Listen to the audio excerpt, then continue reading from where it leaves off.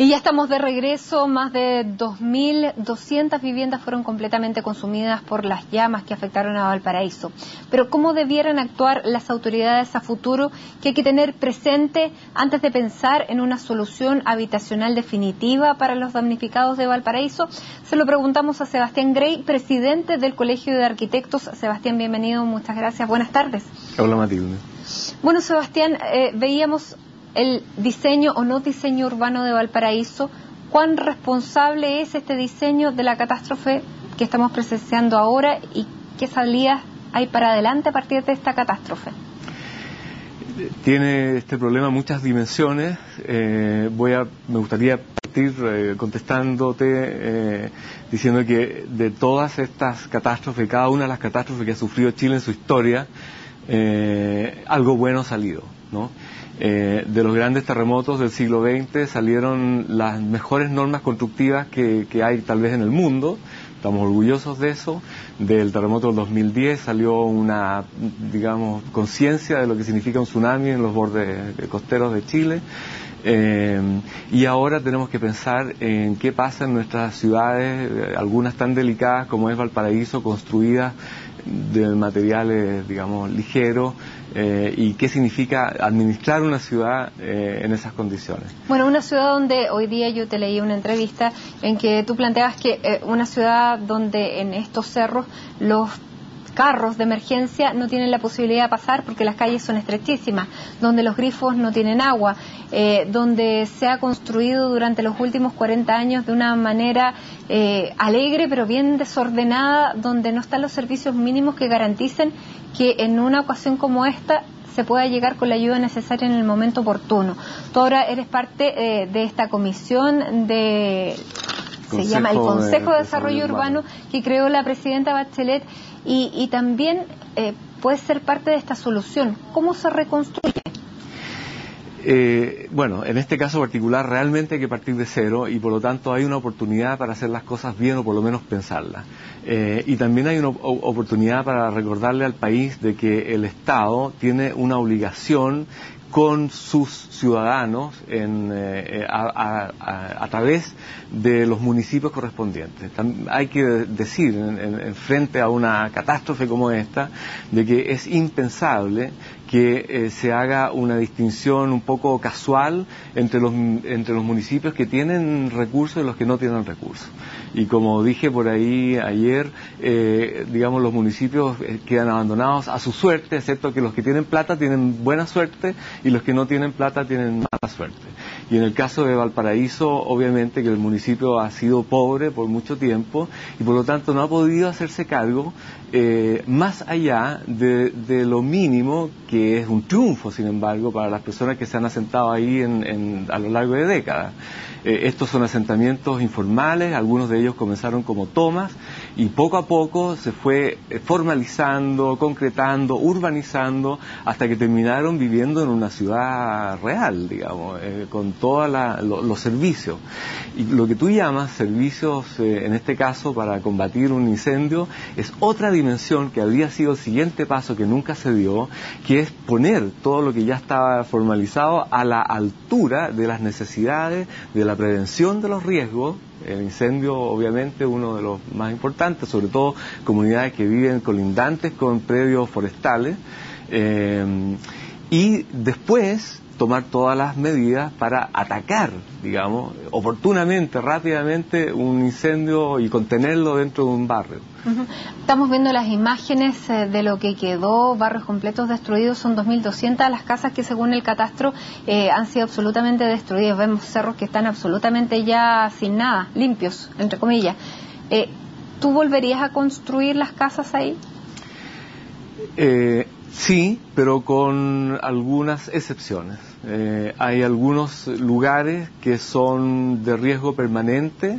Podemos hacer una analogía con lo que ocurrió tras los aludes que hubo en la quebrada de Macul o en Antofagasta hace una década atrás, y que permitió, digamos, empezar a ser muy estricto con respecto a qué se construía y dónde. ¿Nunca más madera, por ejemplo? No, la madera no es el problema.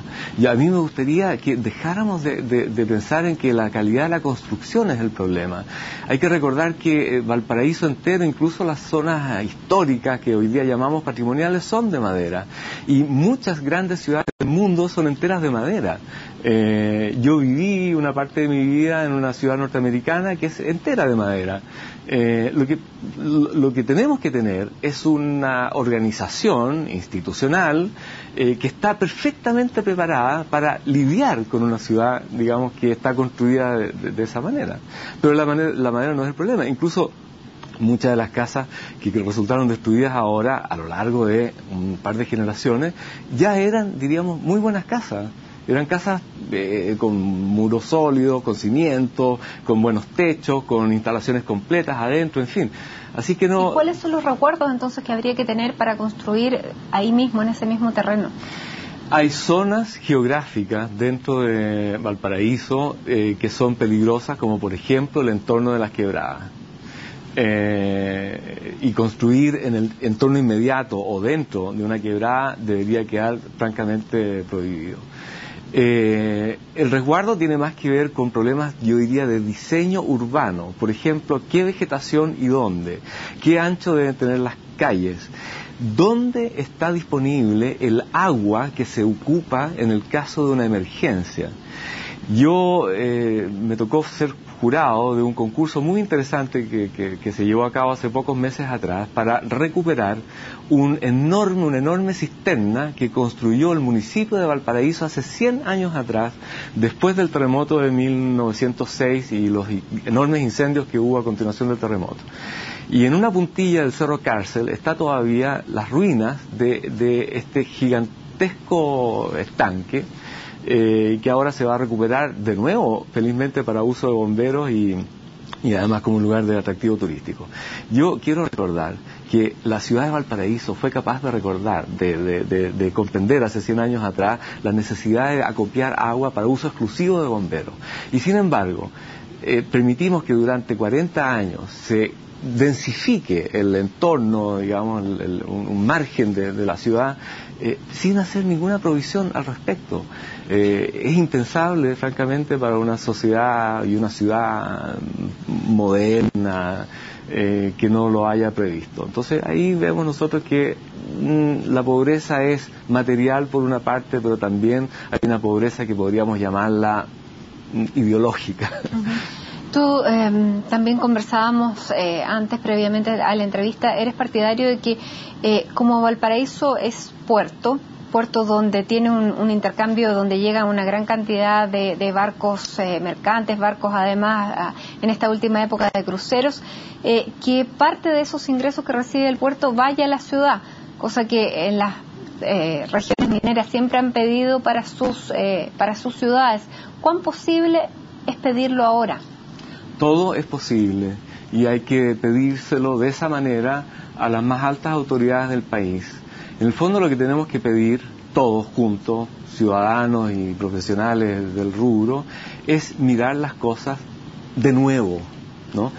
Lo que tú mencionas es muy importante y poca gente tal vez imagina que la empresa portuaria de Valparaíso, es decir, el puerto de Valparaíso, en realidad no le aporta por ninguna vía ni un céntimo a la ciudad de Valparaíso. Y sin embargo, el puerto usufructa de Valparaíso, lo usa, lo utiliza, lo ocupa para sus propios fines. Todas las grandes ciudades, puertos que hay en el mundo, estoy pensando en Nueva York, en Boston, en Barcelona, en Hamburgo, en Génova, tienen una simbiosis que es histórica y es obvia, en la que el puerto le tributa suficiente a la ciudad como para mantenerla también pujante, digamos, en esta relación evidente. Aquellos que dicen o que creen que el sistema chileno es ejemplar, en el sentido de haber entregado, separado un poco el rol del Estado de aquello que el mundo privado podía llevar a cabo, y en el caso de instalaciones y terrenos que fueron estatales, o en rigor siguen siendo estatales, están exclusivamente en manos privadas, pero no se les pide nada a cambio, aquellos que creen que esa es una fórmula de desarrollo, yo les digo, vayan a ver los cerros de Valparaíso hoy día, vayan a ver lo que pasó hace 2 noches atrás. Esa pobreza, no solo la pobreza encubierta que aparece, digamos, después de la catástrofe, sino la pobreza de 40 años de un municipio que no tiene de dónde sacar los recursos, ni materiales ni técnicos, para poner la ciudad en la estatura que merece, más encima ahora, patrimonio de la humanidad, ¿no? Eso sí. Esa pobreza revela lo equivocado que estamos, por lo menos en algunos aspectos, de nuestra visión o modelo o filosofía económica. Eso debiera ser materia de modificación legal. Sí, evidentemente. Claro que sí. Implica un gran esfuerzo de la imaginación, en primer lugar, y de la voluntad. Pero si algo tienen los políticos es la capacidad de redirigir sus voluntades. Sebastián, se nos está terminando el tiempo, pero quería tocar uno de los puntos que habías mencionado tú. Valparaíso es patrimonio cultural de la humanidad declarado por la UNESCO. ¿De qué le ha servido eso a Valparaíso y cómo puede continuar siendo así después de que incendios como este sacan a la luz, digamos, la verdadera realidad del puerto? Mira, yo creo que es algo bueno de todas maneras que Valparaíso sea, digamos, patrimonio de la humanidad. Nos tiene a todos siempre expectantes. Yo creo que... ¿Le ha servido de algo?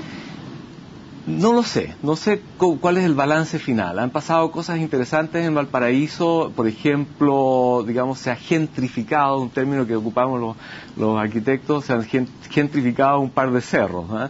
Lo que eran hace 10 años atrás, hoy día es algo totalmente distinto. Están más sanos, entre comillas, y bonitos, pero perdieron un poco de su sabor original. ¿Eso será bueno o malo? No lo sabemos todavía. Pero lo bueno, en todo caso, es que Valparaíso está en la mira de todos nosotros. Por lo tanto, tiene nuestra atención. Y en cuanto al futuro o el destino de Valparaíso como patrimonio de la humanidad, yo creo que UNESCO en ese sentido es suficientemente generoso como para entender que una ciudad necesita mucho tiempo para desarrollar un plan y llegar a sus metas. No creo que nos afecte. Sí nos deja un poco al desnudo en lo que realmente somos después, detrás de esta pantalla de perfección, de eficiencia que proyectamos hacia el mundo exterior. Muy bien, bueno, en parte en manos de Sebastián y el Consejo de Desarrollo Urbano queda la tarea de reconstrucción de lo que va a pasar con estas viviendas que resultaron absolutamente destruidas, porque no sabemos dónde se van a emplazar nuevamente ni cómo, y esa va a ser entonces la tarea y el aprendizaje que surja a raíz de esta tragedia. Si puedo agregar algo, es posible que esta sea una oportunidad, como se dice en inglés, una bendición disfrazada para densificar áreas muy pobres y muy abandonadas de Valparaíso. Sebastián Grey, presidente del Colegio de Arquitectos, muchísimas gracias por venir aquí a CNN Chile nuevamente. Muchas gracias. Gracias a ti. Y cuando son ya las 7 de la tarde con 28 minutos, despedimos primera edición. Les agradecemos habernos acompañado y los invitamos a seguir en nuestra sintonía. Ya viene Nicolás Paut con Agenda Económica y a las 8 en punto llega Resumen Ejecutivo con Daniel Matamala y Mónica Rincón. Muy buenas tardes.